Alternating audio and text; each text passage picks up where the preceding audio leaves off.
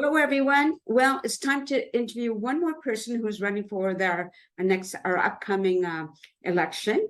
And I think you're going to be the last one that I'm doing. Anyway, ladies and gentlemen, if you don't know, just in case you don't know it, Amber Price.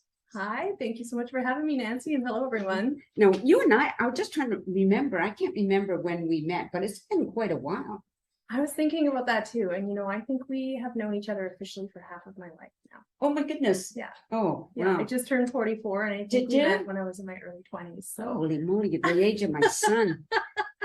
It flies. Yeah, it does fly. No, I know you're busy. I know that you have the bookstore, the Bookman, in case like people in Chilliwack know it, I'm sure. But my viewers, I don't know where they are right across the country, I hope, and other countries. And you've been very involved in the community in a number of ways, right? Mm-hmm. So what made you decide at this point to run for council? Well, it's something that I've considered for a long time in my life, but it's all about timing, making sure that enough responsibilities can be delegated and that you have the skills that you need to run. So just ensuring that I gave myself the time to get those skills and to ensure that everything was dialed down at home in the store, so I can devote myself to Chilliwack in a new way. Okay. So now what are you hoping to bring to the table?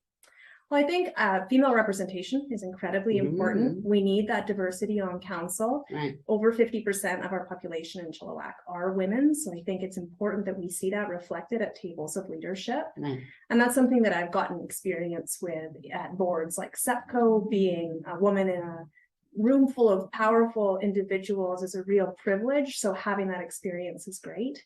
And I really want to bring that diverse voice to council. I think I have a viewpoint into unique worlds in Chilliwack, and I want to bring some of those voices with me to that table and ensure I'm always listening to them. Okay. So what are the issues? What are some of the issues that are most concerning to you? Oh, I think the biggest one right now is affordable housing. I feel I hate that term. Broken record. Yeah, affordable for who is one of the things I always think of. Well, and I think actually affordable housing.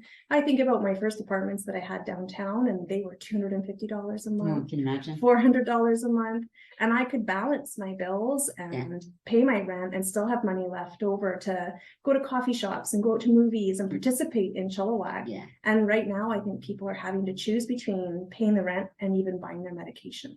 Right? And that's not right. It's not acceptable. But I thought, I'm not sure if I have this right, but I thought housing was provincial. Mm-hmm.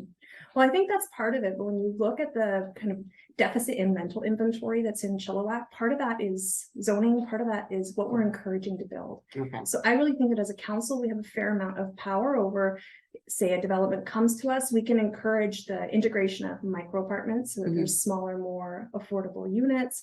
We can really recommend and green light, say, carriage houses and secondary dwellings on properties. So I think there's a lot of power at council. But you're right, those provincial dollars matter too. Yes. And those relationships with our provincial representatives are integral to the success of getting those dollars. Right. It would have been nice, like I had a small house, but I had a huge yard. I remember. And I wasn't, unfortunately, I wasn't allowed to have somebody on that property, which is too bad, because then I could have stayed there, because it just became too much after my husband passed, right? Yeah. She knew who my husband was. Bill. And I'm glad that is changing. Yeah. Right. Because that frees up, enables somebody to stay at home who maybe otherwise wouldn't be able to stay in that home, right? Yeah.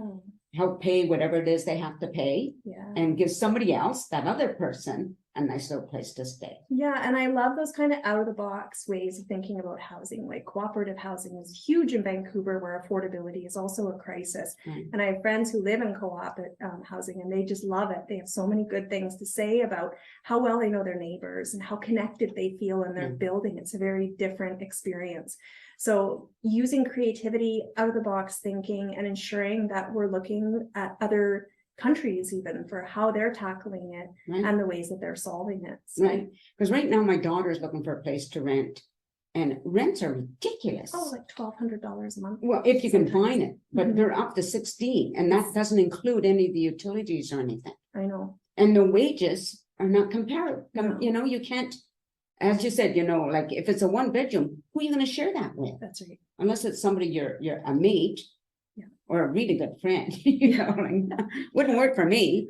Well, I think it's an impossible situation. And then when you're talking about like densification and affordable housing and building up, not out, and all of these catchphrases, I think in a way what you're talking about are walkable neighborhoods, so that you don't have to have a car, so that you can save some of those expenditures in your bills, right? So I like looking at it from that perspective as well. And ALR, I mean, we're in Chilliwack. Yes. You have to protect the ALR. That can't be looked at as inventory, like land inventory. That's off the radar. We don't touch it. Absolutely. You know, so protecting that, protecting our green spaces, so we have the opportunity to get away and wildlife still has somewhere to live. So. Right. Yeah. And I think, I'm just thinking about when you said green spaces, and I'm looking at a different kind of green space where an apartment building has to have a nice lawn. And it's like, why? You don't need that there. So either make that smaller so that there could be another building beside you, right? Maybe a small home, a little time, one of those tiny homes. You or should something. run for council. Oh, You're starting to convince me. No, thanks. But, I think about apartment structures and how we look at that architecture. I listened to this amazing TED talk, and just like how you divide up your apartments, where they look. Is there a courtyard? Is there a place for neighbors to get to know each other? Is there a place for neighbors to cook and have a community meal together? Like some of the ways that you can remove isolation, especially for senior populations, and ensure that you've got mixes of people living together with the opportunities to get to know each other. I think this is part of a healthy community. I agree. Like I live in a 55 plus building, which I don't like, because that changing right now, most of the people here are well into their 70s and 80s, right? And we still have to have a council, and it's a lot of them. Oh, we can't have young kids around here running very noisy. And God, that makes me nuts. I'm sorry, but that makes me a little bit nuts. Anyway, off the subject, off the topic. No, these things matter, and this is part of the health of communities. Yeah. And I do like the age-restricted buildings because I find that they're lowered in the price points, which makes them more affordable for our seniors. So I can get behind that, but I also love the idea of there being like a playground, so that when your grandkids come over, there's a space for them to play, right? Because you got grandkids. But my condo fees have gone up 3 times since I've been here. Wow.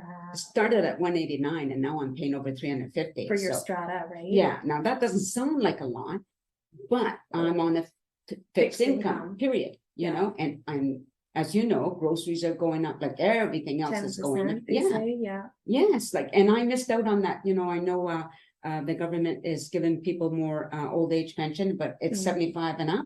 And I won't get that till next year. Right. I'm going to be 75. You're feeling the pinch. She's admitted it. Yes. And I'm 44. We've told the ages. It's all out now. I'm just saying because I'm having a big party next year. I'm throwing myself a surprise party. Well, it won't be a surprise, but I'm throwing myself a party next year.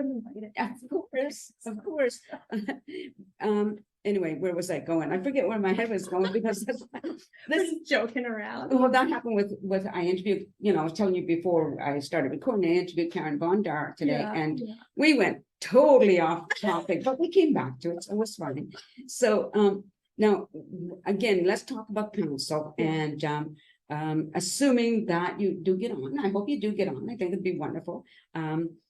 You were talking about some of your concerns and or what the things you would like to see changed. So what other issues are there, if you can think of any that Well, I think that making sure that our civic infrastructure keeps up with the population growth that we're having is really challenging and important, and having reliable transit as well. Do you still drive? Are you driving? I don't drive, I can't. No. So do you take public transit? No. You don't? No, but I might.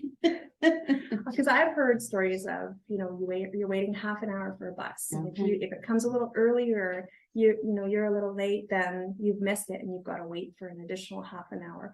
So when you look at, how busy our roadways are, I really think that investing in that public transit, the walkable neighborhoods, cycling networks that we've seen coming up in Chilliwack are very exciting. More people are traveling by bike, which is great for your health as well as your carbon footprint.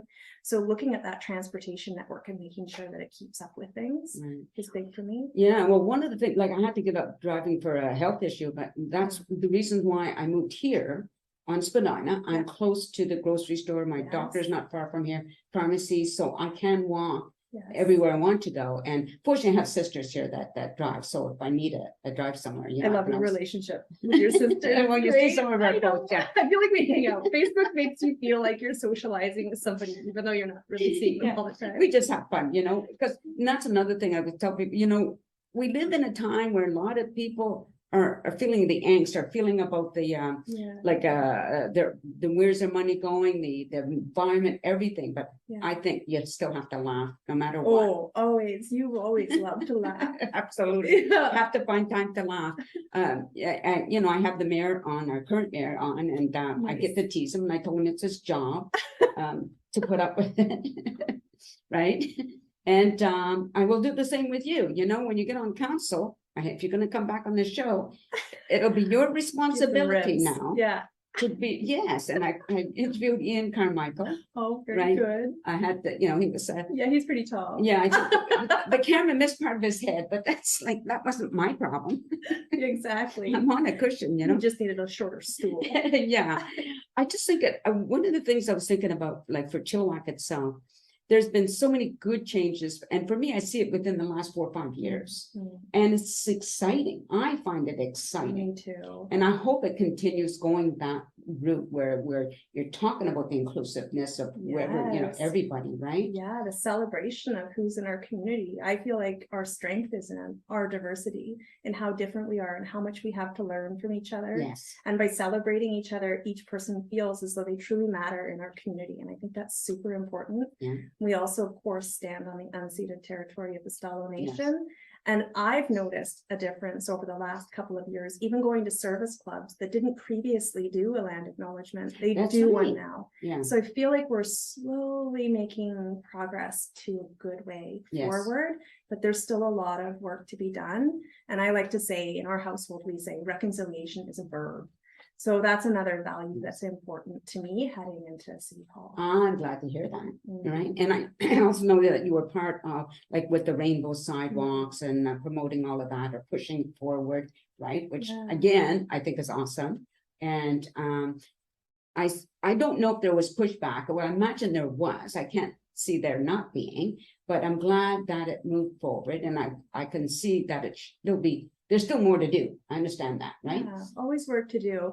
And, I think, it's easy to see those crosswalks as just a symbol, but I don't just see them as just a symbol of inclusion, which they are, which is really important. I see them as an economic driver. When you look at the murals downtown, when you look at those symbols of inclusivity, what you're saying is that you value your creative class, you value all of your citizens, and you want them to make Chilliwack their home, feel safe, and to feel welcome here. So when people come from out of town to see the murals and they discover all of the local businesses, that's great for our local economy.